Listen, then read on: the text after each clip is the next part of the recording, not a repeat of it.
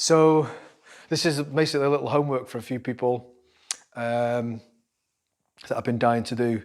The idea is to try and build up the obliques, as a few people need to do that, but with weak obliques, you usually end up with tight neck and shoulders. So we're going to do some stuff for the neck and shoulders. It would be a mistake just to work the obliques and not do some stuff for the neck and shoulders. So for an oblique workout, you totally need to do some upper body stuff to start with. So on all fours, hands underneath your shoulders. And if you can, get the elbow pits facing forward, particularly for the hypermobiles, and you're not locking the elbows out, you're keeping them a little soft, and you're just dropping between the shoulder blades and pushing up between the shoulder blades. And it might seem like you're doing nothing, but after 10, 15 of these, you'll certainly feel like it. So you push up between the shoulder blades, and the idea is you get your shoulder blades flat on your back, flat on the back there, and then you drop in.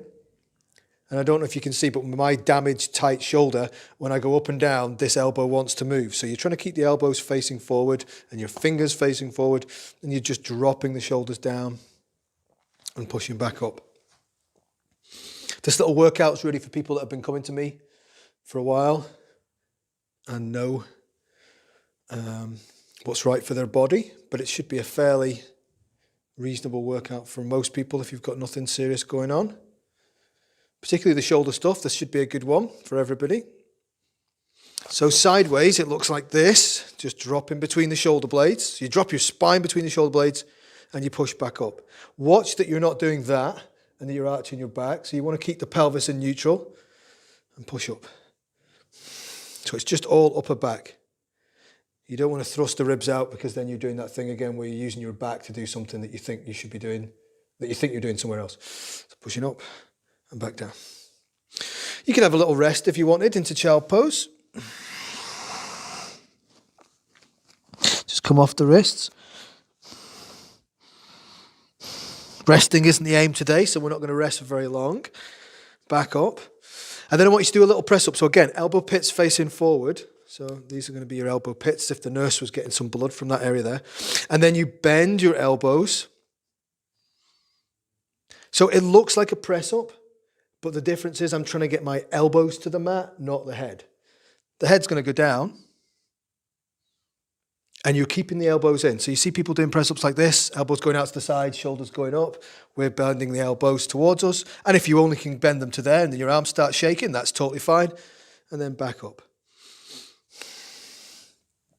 I like this one because on some days I'm in the mood for doing it and I can get my elbows all the way down. And other days, it's just a little elbow bend and then back up. You work in the back of the arms. The other thing to make sure is that you're not moving your bum, so you're not sitting down. Your bum is staying where it is, and you're just bending the elbows. Keep your shoulders down, away from your ears. Down, so I'm always going to say down is away from your ears. Pulling the shoulders down your back. And again, if you haven't got the strength for this, try the gym in your pocket workout, which we've just filmed. And then you can have a little child pose rest, but you could put your elbows where you're underneath your shoulders, where your hands were a minute ago, palms up, and then just go back into child pose as far as you can before the arms start to move together. You want to try and keep the shoulders down, palms up. And you're just really rotating up here, rotating up into the shoulders. I usually come up, arms unrotate, and then you go back down into it, still keeping as many knuckles down and thumbs if you can. Not happening for me today.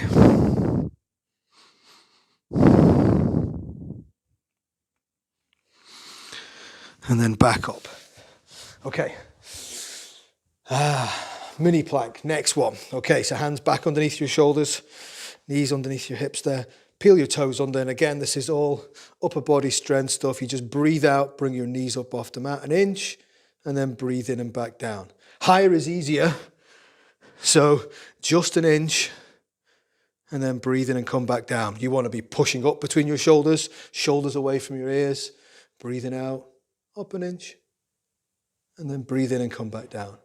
If you want, you could hold for a breath in, breath out, and back down. So just doing a few of those and back down. Last one. push and hold.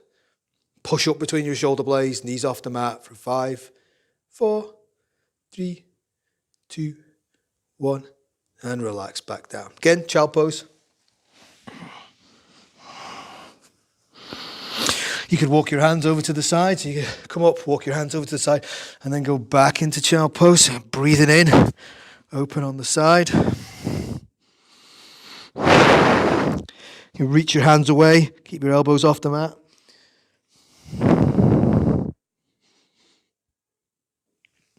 Oh, my new mic's very close to my face there. That might be very loud. Over to the other side. And back down.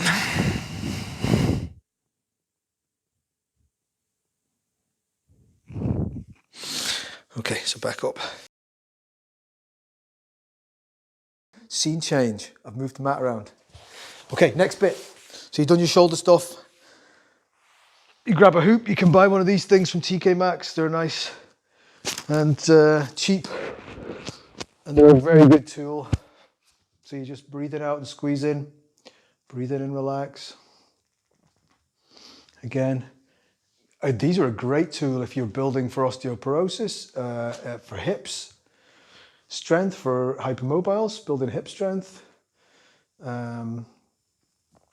Fantastic for just working a little bit of resistance for those with arthritis. Again, you do as much as you can do, give it 2 or 3 days, see how you feel, and then maybe do more or less. Just a couple of times a week, help your knee strength or help you stabilize your legs so you get less knee pain, inside thigh pain, pelvis pain. Helps reduce all of those by building the adductors, which are the muscles that make your inside thighs come together. And you can just slowly squeeze this. You can even do squeezing and bridging. Squeezing the glutes, bringing yourself up off the mat and then back down. You could do that by peeling your spine off the mat, trying to keep one vertebrae down, and then pulling the one up in front of it, and front, all the way up, and then back down, reversing. Again, that's another good one for hip strength, for osteoporosis, for balance. And it's nice and relaxing. I do a few of these in the morning. Got a hoop in my little room. I get up in the morning, just do a few of these. Gets the spine moving. Some of you are doing this for strength. It's primarily a strength workout. So again, you could carry on doing the squeezes and lifts if you wanted to for a lower workout, or you could just do 10 quick squeezes. Doesn't matter how quickly you do them, because on the last one you're going to squeeze and hold. You're going to squeeze and hold, keep the knees so they're lined up with your iliums, the bony bits of your hips there, and then you're just going to try and turn other parts of your body off. You find people squeeze their knees and squeeze their face at the same time, and then we'll do 10 slow. And this is all going to help you with the next exercise. Again, so we did something for the shoulders, doing something for the legs. And then we're going to be ready to work the obliques. Your obliques are going to be ready and supported. Again, squeeze and hold. The other thing to notice when you're squeezing is, are both legs moving in? If you've got a stronger leg, what will happen is one leg will stay still and the other leg will do the movement. So make sure both are squeezing at the same time. You're still holding your squeeze, hopefully, because we're going to go for a final 10 quick squeezes. And again, squeeze and hold. And then relax. Okay, so you've done your thigh squeezes. And then you're breathing in, arms come back behind you. Breathing out, arms forward, spine lengthens, head, neck and shoulders up. And then breathing in back. And breathing out. So you're lengthening the back. A lot of the reason that people have weak obliques is it's actually their back and shoulders are tight. So as you're coming up, imagine you're on a towel or a hoodie there, and you're pulling up the back and lengthening the back. As well as working the front, you want to lengthen the back. You breathe out, arms forward, head, neck and shoulders up. So if you're having trouble doing this, and a lot of people do, if you've got weak obliques, you're going to have a tight neck. There's another video about how to bolster yourself so that you can do the homework first to get your neck strong or get the neck turned off while your obliques build up. So I don't know what we're going to call that one, but how to stop your neck pain when you're doing chest lifts, which is what this is. So go and check that one out and then come back to this. You could even do this one with the hoop between your knees. So you're doing two things at once. So you're breathing in, arms back, breathe out. I'm trying to keep my spine long. I'm trying to go that way with my spine. So lengthen, head away from the tailbone. And again, you can squeeze with the hoop and relax back down. I usually go for sets of 10s of things, but you're not a machine. Today you might feel a little bit tired, or a little bit full, or a little bit hungry, and you don't do as much. So listen to your body. You're lengthening, your shoulders are down, and you relax and come back down.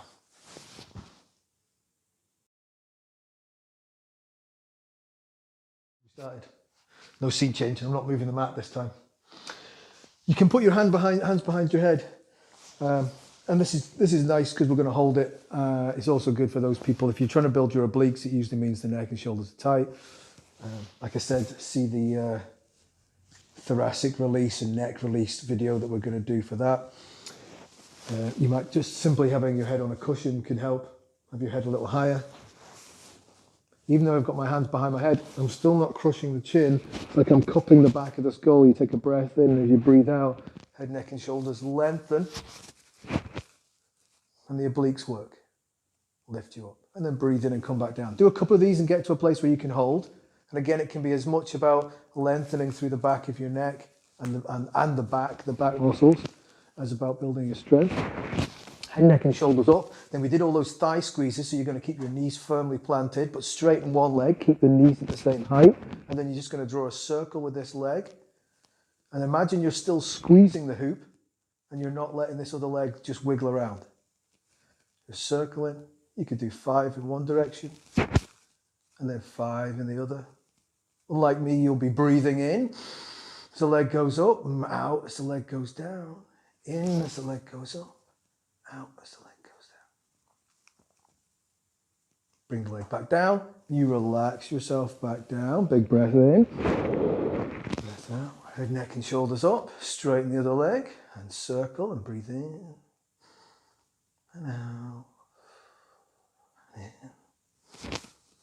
and out. The whole time keeping your spine long. Shoulders down. We're going to change direction with the leg. 5 in the other direction. Keeping the knee still. The last one. And relax the leg and relax your neck back down. And roll your head side to side.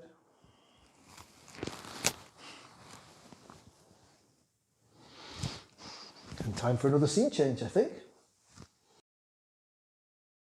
Last one is a quad stretch.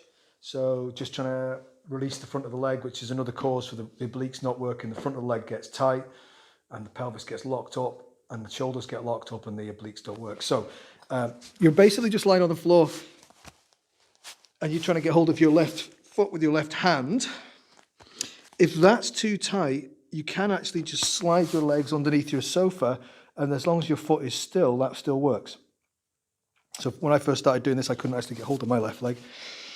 But you could also get a yoga band, yoga strap, put it over your foot, and you can just keep it still. And you're just really tilting the pelvis. So you're pushing your pubic bone into the mat. And then relax. Pubic bone into the mat. And relax. And then you want to tilt and hold. And you should be feeling this along the top of your leg there. Or wherever you're tight.